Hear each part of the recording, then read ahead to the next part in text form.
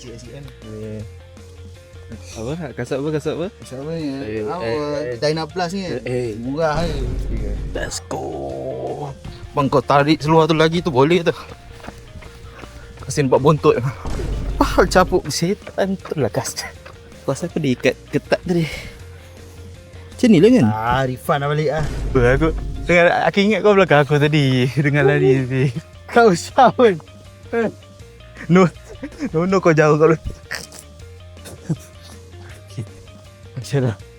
Tak akan tinggal. Masuk turn. Hilang.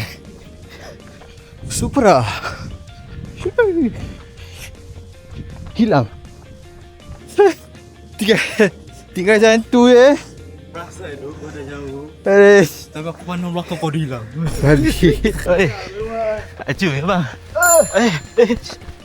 Abang ni Iron Man Iron Man tadi lagi lepas tu naik basikal. Lepas tu nanti dia terjun masuk swimming pool jiran.